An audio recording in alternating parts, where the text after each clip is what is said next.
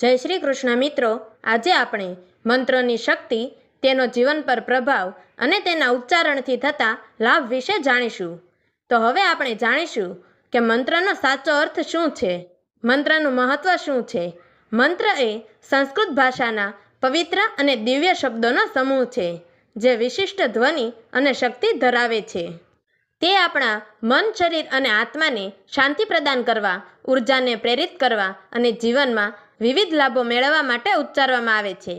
હિન્દુ શાસ્ત્રો અનુસાર મંત્રનું ઉચ્ચારણ કરવાથી શરીરમાં સકારાત્મક ઉર્જા પ્રવેશ કરે છે અને મન એકાગ્ર બને છે. મંત્રો માત્ર આધ્યાત્મિક શક્તિઓ જ નથી, પરંતુ તેમનું વૈજ્ઞાનિક મહત્વ પણ છે. જ્યારે કોઈ વ્યક્તિ ચોક્કસ ગતિશીલતા અને ઉર્જા સાથે મંત્રો ઉચ્ચારે છે, ત્યારે તે ધ્વનિ તરંગો મન અને શરીર પર પ્રભાવ પાડે છે. આ ધ્વનિ તરંગો એ સમસ્ત બ્રહ્માંડ સાથે જોડાયેલા હોય છે, જેના કારણે મંત્રો જીવનમાં દિવ્યતા અને સકારાત્મક ફેરફાર લાવી શકે છે. તો હવે આપણે જાણીશું કે મંત્રોની જીવન પર શું અસર થાય છે. મંત્ર જાપથી મન શાંત અને સ્થિર બને છે. મંત્રો દ્વારા ચિંતાઓ ઓછી થાય છે, એકાગ્રતા વધે છે અને જીવનમાં શાંતિ પ્રાપ્ત થાય છે. કેટલાક મંત્રો જેમ કે મહામૃત્યુંજય મંત્ર શારીરિક આરોગ્ય માટે અત્યંત લાભદાયી ગણાય છે.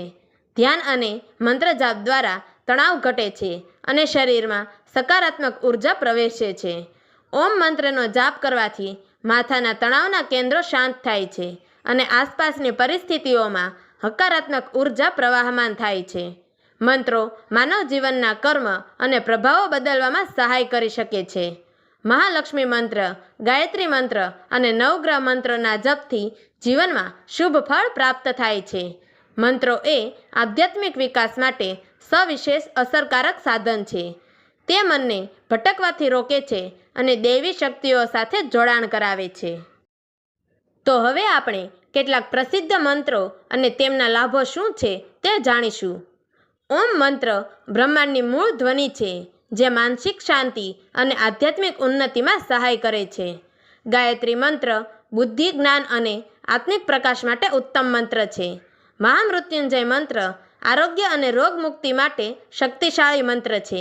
શ્રી સુક્તમ મંત્ર ધનલક્ષ્મી અને સમૃદ્ધિ માટે ચમત્કારિક મંત્ર છે. મંત્રો માત્ર શબ્દો નહીં, પણ દિવ્ય શક્તિઓ છે, જે આપણા જીવન પર ઊંડો પ્રભાવ પાડી શકે છે. જો નિયમિતતાથી, શ્રદ્ધાપૂર્વક અને શ્રદ્ધા સાથે મંત્રોચ્ચાર કરવામાં આવે તો તે શારીરિક, માનસિક અને આધ્યાત્મિક સ્વાસ્થ્યમાં મહત્વપૂર્ણ ફેરફારો લાવી શકે છે. મંત્રોનો સાચો લાભ મેળવવા માટે તેને સંયમ અને શ્રદ્ધા સાથે અનુસરવું જોઈએ.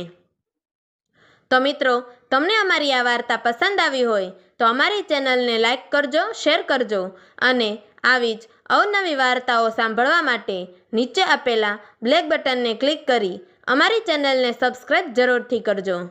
તો મિત્રો, અમારી આ વાર્તાને છેલ્લે સુધી સાંભળવા માટે તમારો ખૂબ ખૂબ ધન્યવાદ. જય શ્રી કૃષ્ણ. હર હર મહાદેવ.